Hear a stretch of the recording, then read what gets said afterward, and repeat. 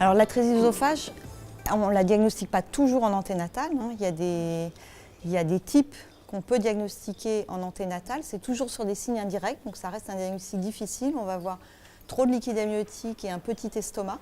Et donc ça va être, on va se poser la question, est-ce qu'il y a une atrésie de l'œsophage? Mais il y a des types où il n'y aura pas de petit estomac et pas d'excès de liquide, et à ce moment-là, ça peut passer totalement inaperçu.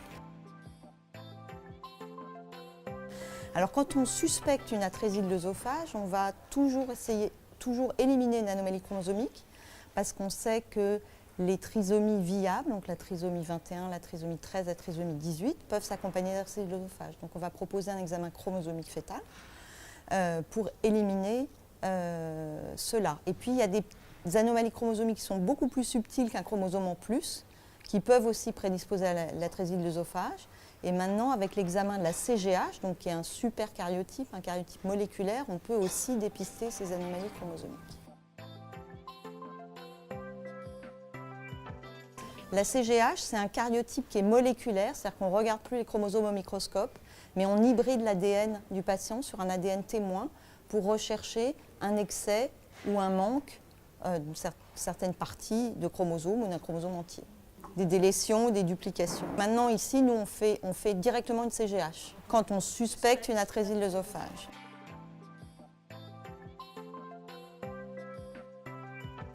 Alors ça va dépendre du contexte.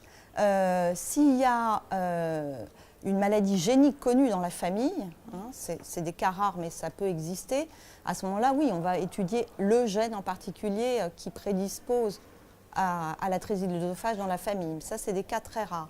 Quand on détecte une atrésie de l'œsophage sans l'avoir suspectée à l'avance, sans savoir qu'il y avait un risque pour ce fœtus à l'avance, une fois qu'on a une CGH normale, on va rechercher des malformations associées. Donc on va avoir une échographie de référence et puis on va avoir souvent un examen encore plus fin qui est l'IRM fœtal pour essayer d'éliminer au mieux toute autre malformation associée ou alors de trouver des malformations associées qui peuvent nous guider sur un diagnostic qu'on appelle syndromique. On n'est plus dans le cadre de l'atrésie de l'œsophage isolée. Et à ce moment-là, on va suspecter un diagnostic, mais c'est très rare qu'on arrive à le confirmer par la biologie moléculaire dans le temps imparti par la grossesse, encore maintenant. On va rechercher les signes associés qui vont nous conforter, donc on aura une suspicion clinique très forte, mais la preuve moléculaire, elle ne viendra souvent qu'après la naissance ou après l'interruption de la grossesse, pour raison médicale, parce que c'est un diagnostic sévère. Et donc on devra discuter de ce syndrome sans avoir de certitude. Et encore une fois, même en postnatal, quand on n'a pas toujours la confirmation moléculaire, puisqu'on sait qu'il y a des enfants qui rentrent dans les critères du charge et pour lequel on ne va pas trouver de mutation dans le gène CHD7. Et ça reste quand même le diagnostic clinique.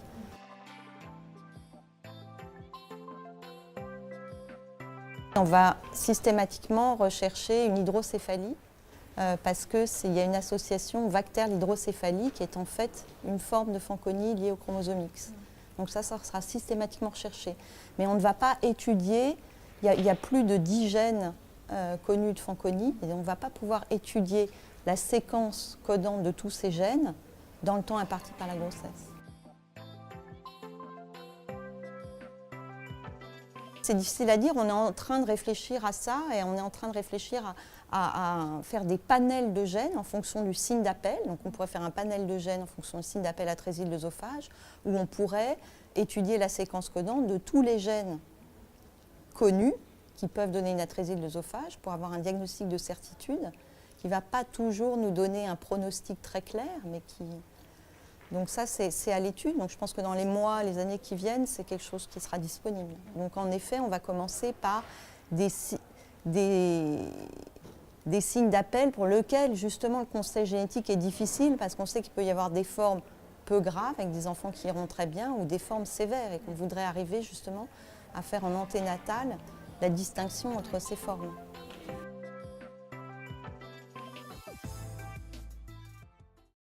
Alors les anomalies chromosomiques, on connaît les anomalies chromosomiques récurrentes on sait que ça prédispose à la atrésie de l'œsophage, mais il y a probablement des anomalies chromosomiques uniques pour lesquelles on ne connaît pas à l'avance la prédisposition à l'atrésie de l'œsophage. C'est pour ça qu'on fait un examen chromosomique général, on va regarder le plus finement possible tous les chromosomes. Ensuite, les formes géniques qui prédisposent à l'atrésie de l'œsophage, il y en a énormément de décrites. On ne connaît pas le gène pour toutes, mais il y en a plusieurs dizaines de décrites. Alors il y en a des relativement fréquentes, le syndrome Charge, l'association Vater, ce qui sont loin d'être exceptionnels. Et puis il y a des syndromes beaucoup plus rares, comme par exemple le syndrome de Feingold. Donc c'est difficile de répondre à votre question par un chiffre très précis, parce qu'il y a et encore une fois, il y a des syndromes où l'atrésie de l'œsophage, c'est vraiment un signe clé. Et puis, il y a des syndromes où l'atrésie de l'œsophage, ça a été rapporté 2-3 fois, mais ça reste un signe rare dans ce syndrome. Donc, on ne va pas mettre le même poids en fonction justement de la fréquence dans chaque syndrome du signe atrésie de l'œsophage.